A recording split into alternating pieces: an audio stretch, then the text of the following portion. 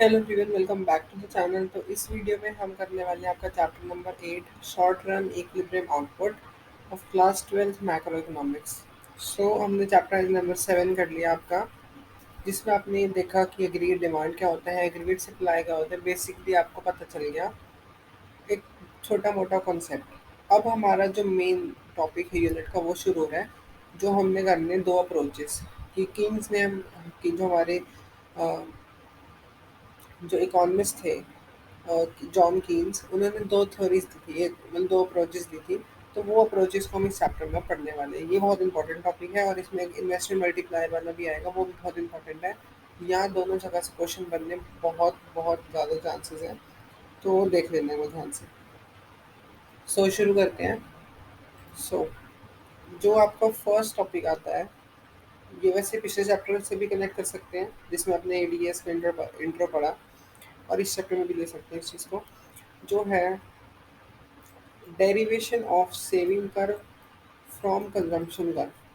क्या मतलब है कि कंजम्पशन कर्व बना के उससे सेविंग कर्व को आपको डिराइव करना है। देखो जैसे ये कंजम्पशन कर्व बना हुआ है, क्या करा, ये कंजम्पशन कर्व बनाया, ये क्या हो गया, ये हो गया आपका वाई यानी ए एस इनकम, यानी ये कंजम्पशन या फिर कह लो एडी।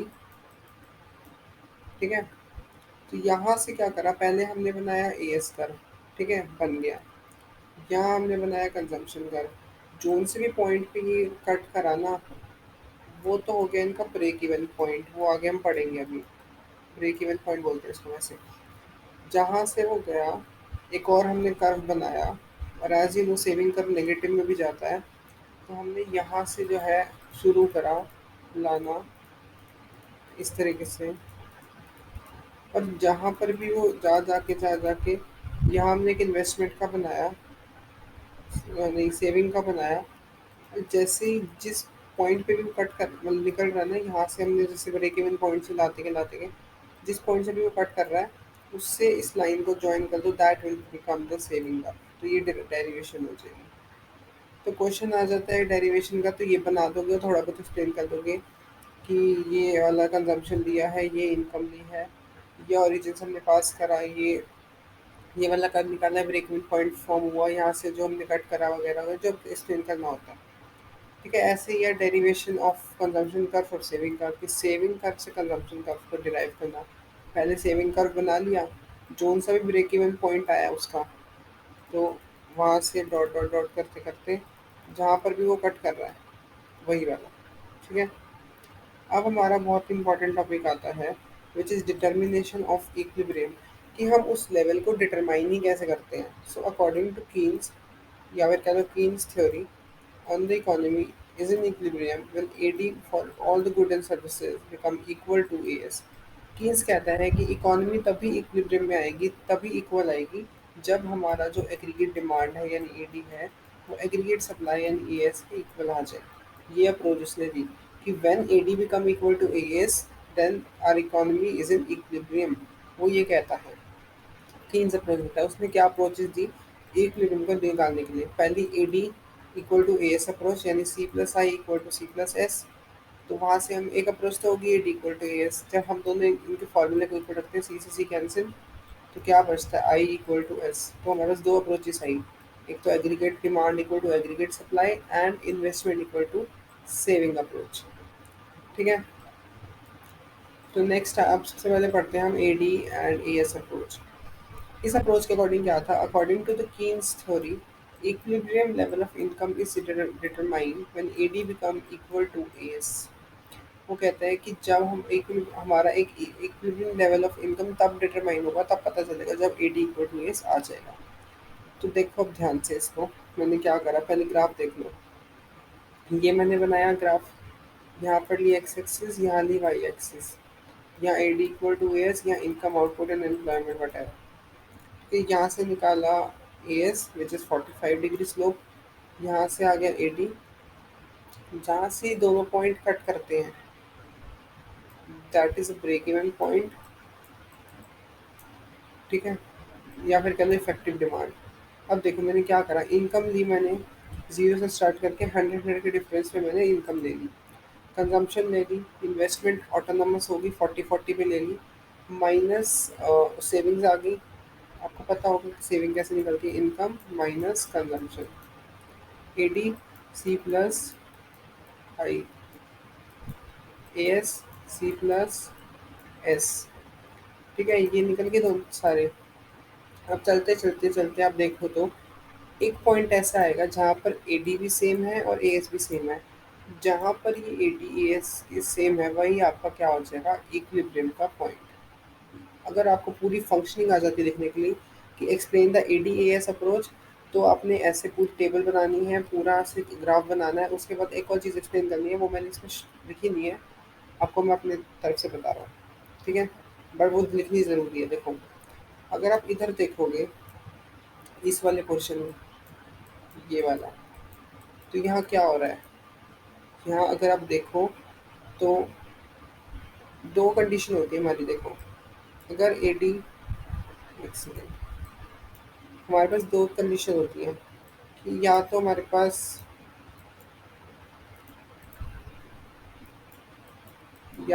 जो ए डी है वो ग्रेटर है ए से, या जो हमारा ए डी है लेस है ए से। ये दो कंडीशन होती हैं। ठीक है, तो ये दो कंडीशन आपको इसके बाद एक्सप्लेन करनी पड़ेगी। देखो कहाँ कहाँ ये कंडीशन होती है। देखो, इसमें इस वाले यहाँ पर क्या हो रहा है, जहाँ मैंने मार्क कर रहा है ये वाला, इस पोर्शन में हो क्या रहा है, इसमें ए डी ज़्यादा है और ए एस कम है। यहाँ पर मतलब A D is greater then A S, और इस वाले पोर्शन में मैं एक चीज़ का बताता हूँ। इस वाले पोर्शन में यहाँ पर ए डी क्या है, लेस है, A D is less then A S, और यहाँ पर A D is greater then A S. अभी दोनों कंडीशन आपको एक्सप्लेन करनी है, आप खुद सोचो। सबसे पहली बात बता रहा हूँ, ए डी ज़्यादा है ए एस से, aggregate demand is more than A S. Aggregate demand यानी डिमांड ज़्यादा है और ए एस सप्लाई कम है। लोग डिमांड कर रहे हैं किसी चीज़ की, एक चीज़ को डिमांड कर रहे हैं, पर जो सप्लायर है, जो प्रोड्यूसर है, जो सप्लाई कर रहा है उस सामान का, वो कम है। मतलब क्या होएगा, अब इतनी ज़्यादा डिमांड हो रही है, सामान की बहुत ज़्यादा डिमांड हो रही है, तो क्या होगा, जो हमारा प्रोड्यूसर है वो क्या करेगा, ज़्यादा से ज़्यादा प्रोडक्शन करेगा। ज़्यादा प्रोडक्शन करेगा तो ज़्यादा एम्प्लॉयमेंट क्रिएट होगी, ज़्यादा एम्प्लॉयमेंट क्रिएट होगी तो ज़्यादा आउटपुट जनरेट होगा, ज़्यादा आउटपुट जनरेट होएगा तो धीरे धीरे क्या होगा, डिमांड अपनी नीचे नीचे लेवल पे आने लग जाएगी। ये एग्रीगेट सप्लाई, यहाँ प्रोडक्शन करे जा रहा, करे जा रहा, करे जा रहा, करे जा रहा है, और फिर क्या होगा, जब लोगों की डिमांड फुलफिल हो रही है तो डिमांड अपने नीचे नीचे नीचे आती रहेगी। एक ऐसा लेवल आएगा जहाँ पर दोनों इक्वल हो जाएंगे, and it will come to this point. ठीक है, ये हो जाएगा आपका एग्रीगेट ग्रेटर देन एस। समझ आया? Aggregate is less than aggregate supply, मतलब डिमांड कम है बट सप्लाई ज़्यादा है। कि अब भाई डिमांड तो है नहीं और सप्लायर क्या ज़्यादा से ज़्यादा सामान प्रोड्यूस करे जा रहे हैं, करे जा रहे हैं, करे जा रहे हैं। अब क्या हो रहा है, भाई जब डिमांड नहीं है, सामान बिक नहीं रहा है, जो सप्लायर है वो इतना सा सामान जनरेट करेंगे क्या, तो क्या होगा, अनवांटेड स्टॉक, अनडिजायर्ड स्टॉक इकट्ठा हो जाएगा। स्टॉक इकट्ठा हो जाएगा और प्रोडक्शन करना नहीं, तो सप्लायर क्या करेंगे, जो एम्प्लॉयमेंट है, जो एम्प्लॉयमेंट जो लोगों को हायर करना है, काम करने के लिए, उनको निकाल देंगे। अनएम्प्लॉयमेंट होगी, अनएम्प्लॉयमेंट होगी तो आउटपुट कम होएगा, आउटपुट कम होएगा तो डिमांड यहाँ थी, सप्लाई अपनी हाई पे थी, धीरे धीरे धीरे धीरे वो करते कम आ जाएगी और वही इक्वल वाला लेवल आ जाएगा और A D equal to S हो जाएगा। ठीक है, ये दोनों कंडीशन समझ आ रही होंगी। आगे देखते हैं, अगली आती है हमारी सेविंग एंड इन्वेस्टमेंट अप्रोच। इस अप्रोच के अंदर क्या है, according to this approach equilibrium level of is attained when planned saving is equal to planned inventory, कि जब हमारी प्लान्ड सेविंग प्लान्ड इन्वेंटरी के इक्वल हो जाएंगी। एक और चीज़ आती है, ये जो कॉन्सेप्ट है ना, आपको लगेगा कि जो ये एक्स एंड और एक्स पोस्ट वाला कॉन्सेप्ट है, आपको थोड़ा सा लगेगा कि ये कितना कंफ्यूजिंग है, बट ये इसमें से एक छोटी सी चीज़ है बताने की, और आप आराम से कर लोगे, और इसमें से वैसे 1 मार्क्स वाली चीज़ पूछ लेते हैं। अब देखो, एक्स एंड पोस्ट को, एक्स एंड क्या होता है, एक्स एंड होता है प्लान इन्वेस्टमेंट। इसमें दो टाइप का आते हैं, x and investment and x post investment. X and investment होती है जो हमारी प्लान्ड होती है, एक्स पोस्ट होती है जो एक्चुअल होती है। ठीक है, बस इतना ही कॉन्सेप्ट समझना और कुछ नहीं। अब देखो, सेविंग के लिए क्या करा मैंने, वही कर्व बनाया,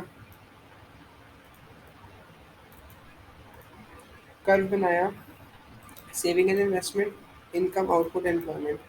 यहाँ है आपकी माइनस सेविंग, यहाँ है सॉरी, यहाँ से आपने कर्व निकाला, ये आपका इन्वेस्टमेंट का कर्व हो गया। जोन से भी पॉइंट पे ये कट करे that will be the S equal to I, या फिर हाँ ये वाली अप्रोच उसमें जैसे लिखा नहीं था, ये वाला क्या हो गया A D equal to A S वाला। ठीक है। अब यहाँ देखो वाई, अगर इनकम देखो जीरो है, अब एक पॉइंट आया ऐसा जब मैंने देखो ये चीज़ आपको बता चुका हूँ पहले, इनकम मैंने कितने लेवल पे लिया है, कंजम्पशन कितने वगैरह। अब एक ऐसा पॉइंट आएगा देखो यहाँ भी 40 है यहाँ भी 40 है, तो जिस पॉइंट पे दोनों इक्वल आ जाए वो हमारा क्या हो जाएगा, इक्विलिब्रियम लेवल। बस यही चीज़ इसमें समझानी है। अब जैसे उसमें हमने A D equal to S वाला करा था, इसमें भी हमें करना पड़ेगा। एक कंडीशन है हमारी S is greater than I and S is less than I. ये हमारी दो कंडीशन है। अब ये बंद करिए, ये वाला पार्ट जो है इसमें क्या है, इसमें हमारी जो सेविंग है वो क्या है, ज़्यादा है इन्वेस्टमेंट से, सॉरी इन्वेस्टमेंट से कम है। तो यहाँ पर क्या है, S is less then investment and यहाँ पर invest saving is greater than investment. ठीक है।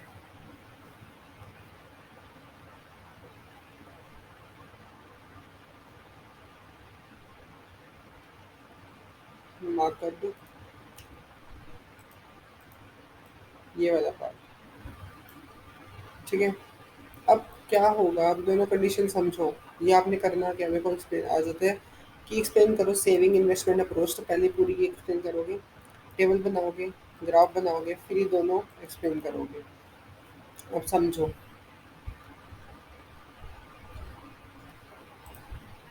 जो आपकी ये सेविंग और इन्वेस्टमेंट अप्रोच है इसके अंदर है क्या बेसिकली। देखो, जब सेविंग ज़्यादा है इन्वेस्टमेंट कम है, saving is greater than investment. ठीक है। अब खुद सोचो, सेविंग ज़्यादा है, लोग क्या कर रहे हैं, सेव ज़्यादा कर रहे हैं, खर्च नहीं कर रहे। सो मोर सेविंग मीन्स लेस एक्सपेंडिचर, कि ज़्यादा सेविंग हो रही है तो लोग खर्चा नहीं कर रहे हैं।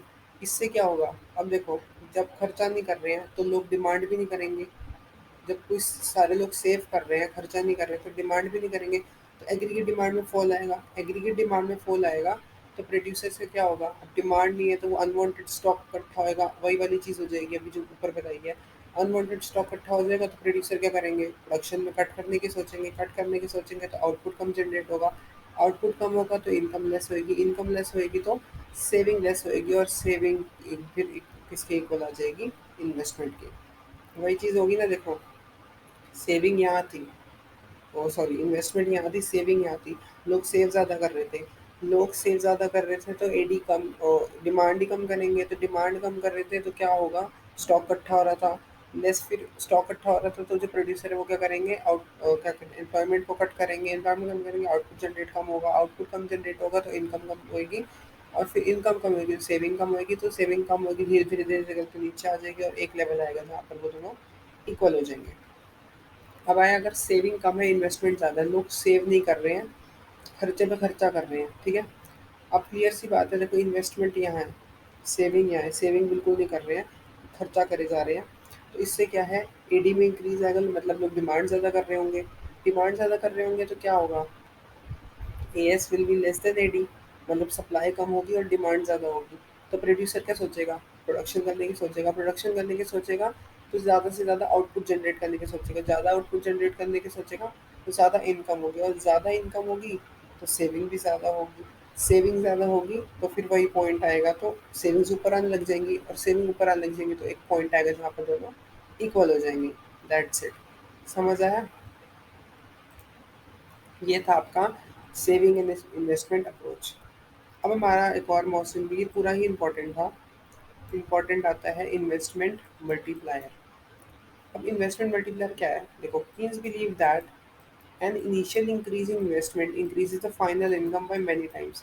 कीन्स ये सोचता था कि अगर हम थोड़ा सा भी क्या कहते हैं, थोड़ी सी भी इन्वेस्टमेंट करेंगे ना, तो जो हमारी फाइनल इनकम, जो भी जो जिस चीज़ में भी हम इन्वेस्ट करते हैं उसमें थोड़ा भी इन्वेस्ट करते हैं, तो उस चीज़ से जितना भी हमारा आउटपुट निकल के आएगा ना, वो जितना हमने इन्वेस्ट करा उससे काफ़ी गुना होगा। बेसिकली कीन्स ये कहता था कि थोड़ी सी इन्वेस्टमेंट भी हमें काफ़ी तो सारा आउटपुट दे सकती है। ठीक है। तो जो हमारा मल्टीप्लायर है उसको हम के से डिनोट करते हैं, और इसका जो फॉर्मूला होता है वो होता है change in income upon change in investment. Multiplier क्या है, multiplier is the ratio of the increase in national income due to increase in investment. Multiplier क्या है, कि जब हमारे नेशनल इनकम में इंक्रीज आता है विद रिस्पेक्ट टू जब हमारा इन्वेस्टमेंट में इंक्रीज आता है। ये बस रिलेशन बता रखा है मल्टीप्लायर और एमपीसी का। मल्टीप्लायर और एमपीसी का कैसा रिलेशन है, डायरेक्ट। मल्टीप्लायर और एमपीएस का क्या है, इनवर्स। और जो हमारा के है यानी मल्टीप्लायर है, उसको हम उसका फॉर्मूला होता है 1/1 माइनस एम पी सी, या फिर कह लो 1/एम पी एस। ठीक है, अब ये ना आपको पूरी टेबल जो हमारा मल्टीप्लायर का मैकेनिज्म है बेसिकली वो यहाँ पर समझाया हुआ है। तो आपको वो पूरा बना के आना पड़ेगा, पेपर में क्वेश्चन आ जाता था। तो यहाँ पर हमें एग्जाम्पशन लेनी पड़ती है एमपीसी। तो मैंने एमपीसी यहाँ लिया 0.9, और यहाँ कुछ राउंड्स नहीं है, आपको सिर्फ पहले 3 राउंड दिखाने होते हैं, बाकी आप ऐसे छोड़ सकते हो। तो फर्स्ट राउंड में क्या हुआ, ध्यान से समझना कि मैंने इन्वेस्टमेंट कर दी। कितना चेंज है इन्वेस्टमेंट में, मतलब मैंने 1000 रुपीज़ किसी चीज़ में इन्वेस्ट कर दिए। ठीक है, यानी मेरा इनकम में कितना चेंज आया, 1000 का। फॉर एग्जांपल उसमें से मैंने 900 रुपये की 900 रुपये कंज्यूम कर लिए, और कंजम्पशन कर ली 900 रुपये की, और 100 रुपये का मैंने सेविंग कर ली। ठीक है, अब ये जो 900 रुपये कंज्यूम करे मैंने, ये किसी ना किसी के पास तो गए होंगे ना। ऐसा तो नहीं है जो चीज़ भी मैंने कंज्यूम करी है उस 900 रुपये से, वो पैसे तो किसी को दिए होंगे। तो वो 900 रुपये किसी और के पास गए होंगे, यानी उसकी इनकम बनी होगी। उस 900 रुपये में से उस बंदे ने क्या करा, 810 रुपये तो 810 का कंज्यूम कर लिया और 90 रुपये सेव कर लिए। अभी जो 810 रुपये वगैरह कैसे हो रहे हैं, ये हो रहा है एमपीसी की वजह से। अब 1000 का 0.9 निकालोगे तो 900 ही आएगा। ठीक है, 810 फिर क्या हुआ, जो 810 आए ये किसी और को दिए होंगे जो मैंने कंजम्पशन करी। जो 810 रुपये हैं उस बंदे ने क्या करा, 729 तो कंज्यूम कर लिया और 81 सेव कर लिए। तो ये कौन सा, ये चीज़ ऐसे चलती रही, मतलब सिर्फ इन्वेस्टमेंट तो मैंने खाली 1000 रुपीज़ की करी, पर सेविंग कितनी होगी 1000 रुपीज़ की, कंजम्पशन कितना हो गया 9000 का, और इनकम 10,000 की। अब खुद सोचो, जो कीन्स ने चीज़ कही थी वो ट्रू है या नहीं, कि कीन्स को लगता था कि अगर मैं इन्वेस्टमेंट में थोड़ा सा भी इंक्रीज करता हूँ जो हमारा फाइनल इनकम है बहुत ज़्यादा प्रॉफिटेबल होती है। अगर आप देखो उसने सिर्फ 1000 रुपीज़ इन्वेस्ट करे थे, तो हमारी जो इनकम है वो कितनी हुई, 10,000। ठीक है, तो यहीं से समझ आ रहा है, मल्टीप्लायर का मैकेनिज्म समझ आया। ठीक है, और मल्टीप्लायर जो है वो 1 से इन्फिनिटी के बीच में लाई करता है। ये चीज़ थी बस, कि 1 मार्क्स से पूछ लेते इसलिए बता दिया। दैट्स इट, ये था आपका चैप्टर शॉर्ट रन इक्विलिब्रियम। आप आई होप आपको समझ आ गया हो, बस यही चैप्टर था और कुछ भी नहीं था। इनका न्यूमेरिकल और करा रहा हूँ। दैट्स इट, हमारा चैप्टर खत्म। एंड फिर हम करते हैं अपना next chapter excess demand and deficit demand वाला, नेक्स्ट वीडियो में। तो ये एक क्वेश्चन है। हाँ तो देखो, क्वेश्चन है find equilibrium S and equilibrium I when y is equals to 4400, MPC equal to 0.75 and autonomous consumption is 100। तो उसने बोला कि आपको निकालना है एस यानी सेविंग, आई यानी इन्वेस्टमेंट। हमें क्या निकालनी है, हमें निकालनी है सेविंग, इन्वेस्टमेंट निकालनी है, और हमें क्या क्या दिया हुआ है, कंजम्पशन दी हुई है ऑटोनोमस 100, एमपीसी दिया हुआ है आपको 0.75, इनकम दी हुई है आपको 4400। ठीक है, तो सबसे पहले मैं क्या निकालूँ, कंजम्पशन। कंजम्पशन क्या होती है, कंजम्पशन फॉर्मूला पिछली वीडियो में बताया था, autonomous consumption plus B Y. B is the MPC, autonomous consumption कितनी है 100, प्लस बी यानी एमपीसी कितना है 0 पॉइंट, ये कितना हो जाएगा 0.75 मल्टीप्लाई 4400 करोगे तो आपका बाई बाई कितना है 4400। इसमें अब 100 प्लस करोगे तो कितना आ जाएगा 3400। ठीक है, अब आपकी कंजम्पशन आई है, पर आपको निकालना है सेविंग और इन्वेस्टमेंट। आपको पता है कि जो हमारी एएस होता है, जिसको हम इक्वल टू इनकम भी कहते हैं, वो क्या होता है, C+S, है ना।